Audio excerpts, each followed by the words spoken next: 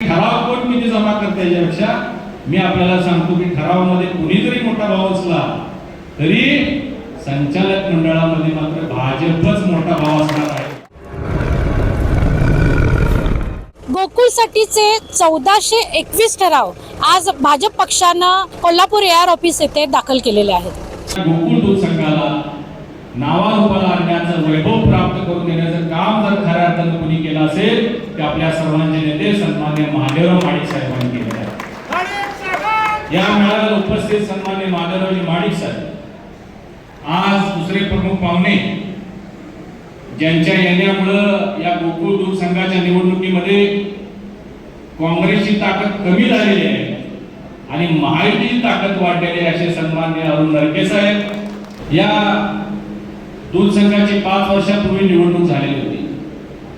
आपण सगळे त्याचे साक्षीदार आहात की त्या निवडणुकीमध्ये माजी पालकमंत्र्यांनी कधीही या दूध संघामध्ये पक्षीय बलाबल किंवा पक्षीय संघटन पक्षीय पॅनल होत नव्हतं, परंतु माजी पालकमंत्र्यांनी जाणीवपूर्वक त्या ठिकाणी महाविकास आघाडीचं पॅनल या निवडणुकीच्या रिंगणामध्ये आणलं. आणि मग जे झालं ते आपल्याला माहिती आहे. हे एवढ्यासाठीच मी सांगतोय कारण आज त्यांनी पॅनल लावायला सुरू केलेलं आहे. महायुती विरुद्ध शेतकरी, महायुती विरुद्ध सर्वसामान्य शेतकरी.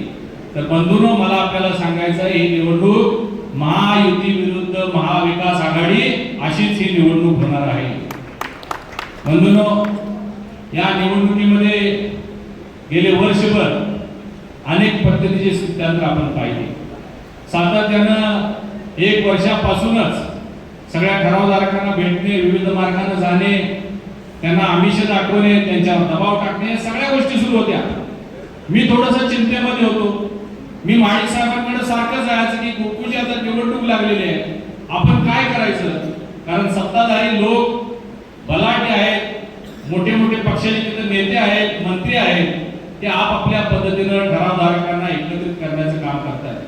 माडिक साहेब, मला एवढं सांगायची तू काय काळजी करू नको, सगळं व्यवस्थित होणार आहे. मला चिंता लागायची की कसं व्यवस्थित होणार आहे, परंतु आज हे चित्र बघितल्यानंतर माडिक साहेबांनी जे सांगितलं होतं तेच सत्य होतं, याचा प्रत्यय आपल्या सगळ्यांना आला. या निवडणुकीमध्ये आपण सगळ्यांनी एक दिलाने एक जोडीने जाण्याचं ठरवलं आहे. एका पत्त्याच्या कॅटमध्ये 4 व्यक्ती असतात. आज माडिक साहेबांनी फक्त एकच एका इथे स्टेजवर आणलेला आहे, नरके साहेब. अजून 3 एकटे शिल्लक आहेत. त्यामुळे ठराव जमा करत असताना कुणी किती ठराव केले, कुणी, मला तर चिंता वाटायला 10,000 ठराव होते बिलत का काय, आकडे बरेच आहेत. परंतु शोमेका माडिकताईंनी तर सांगितलं की आपल्याकडं कुठलेही डबल ठराव नाही, कुठलेही चौकशीतले कुठल्याही अपात्र संस्थेचे ठराव नाही आणि 1431 ठराव आज आपल्याकडे यादी जमा झालेली आहे.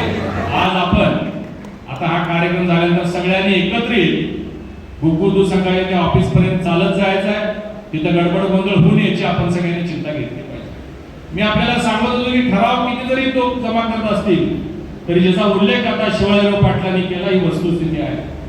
काही दिवसापूर्वी महाराष्ट्राचे सन्माननीय मुख्यमंत्री देवेंद्रजी फडणवीस साहेब यांनी महायुतीच्या सर्व नेत्यांना मुंबईमध्ये एकत्रित बोलवलं.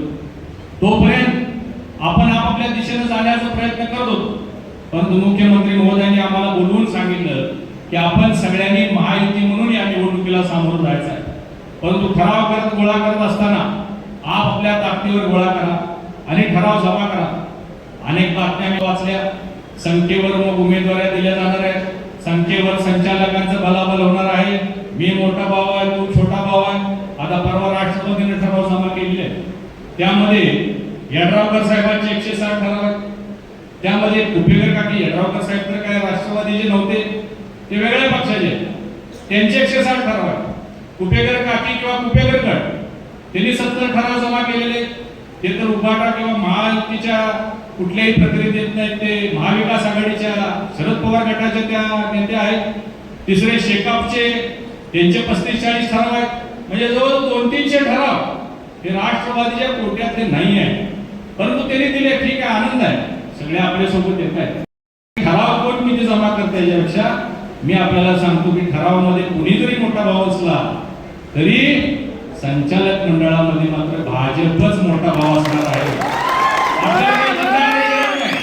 कारण या 5 गेल्या पंचवार्षिकला ज्या भूलतापा दिल्या होत्या, सगळ्यांना फसवून काही खोटा आमिष दाखवून सत्ता हस्तगत केली करून या 5 वर्षातलं शेवटचं 1 वर्ष जर आमचं सोडलं तर त्याच्या आधी काय काय झालं याचं सगळ्यांनी आपण बघितलं. अनेक लोकांच्यावर अन्याय झालेलं काम बघितलं. आमच्या 2-4 भरत्या सुद्धा होत नव्हत्या, परंतु तुम्हाला सगळ्यांना याची कल्पना आली असेल की 2019 नंतर माझे लोकसभा मी हारलो, अमोल माडिक साहेब विधानसभा हारले, माडिक साहेबांची विधान परिषद गेली, गोकुळ दूध संघ गेलं आणि हे सांगत होते काँग्रेसचे लोक की माडिक गट संपला, या जिल्ह्यातून भाजप संपलं. परंतु मी नेहमी सांगतो एक कालचक्र आहे. आज मावळलेला दिवस उद्या सकाळी उगवत असतो, तो सूर्य आज पुन्हा उगवलेला आहे आणि पुन्हा एकदा सगळ्यांच्या हिताचा कारभार 25 वर्ष ज्या पद्धतीनं माडिक साहेब, PN पाटील साहेब, नरके साहेब यांनी पारदर्शक पद्धतीने गोकुळचा कारभार चालवला, तुम्हाला न्याय देण्याचं काम केलं, तुमच्यावर कधी दबाव टाकला नाही. कुठल्याही निवडणुकीमध्ये मी बघतोय, माझ्या लक्षात आहे, मी सुद्धा 4 निवडणुका लढतो. आम्ही निवडणूक आली की माडिक साहेबांकडे जायचं आणि थोडंसं आपले ठराव धारक किंवा आम्हाला गोकुळची काही यंत्रणा द्या म्हणायचं. माडिक साहेब म्हणायचे या सहकारामध्ये कसलंही राजकारण आणायचं नाही. परंतु गेल्या 5 वर्षामध्ये आम्ही बघितलं अनेक पद्धतीने वेगवेगळ्या ज्या निवडणुका झाल्या त्यामध्ये गटाचे मेळावे घ्यायचे, ठरावधारकांचे मेळावे घ्यायचे, सुपरवायझरांचे मेळावे घ्यायचे आणि दबाव आणायचा. हे सगळं भविष्यामध्ये होणार नाही. ज्या पद्धतीने पूर्वीचा कारभार होता त्याच पद्धतीनं गोकुळला गतवैभव प्राप्त करून देण्यासाठी येणाऱ्या निवडणुकीमध्ये आपण ताकदीनं सगळ्यांनी या महायुतीच्या पॅनलच्या पाठीशी उभं राहावं. आताच पुढं रेसिडेन्सी क्लबमध्ये सन्माननीय आमदार विनय कोरे साहेब यांचाही मेळावा झालेला आहे, त्यांची ठरावदारांमध्ये एकत्रित झालेले आहेत, ते आपल्या सोबत आहेत. जनस्वराज्य पक्ष हा भाजपच्या पोटात आहे, त्यामुळे भारतीय जनता पार्टी आणि जनस्वराज्य एकत्रित ठराव दिल्यानंतर निश्चितपणानं आपणच मोठे होऊ.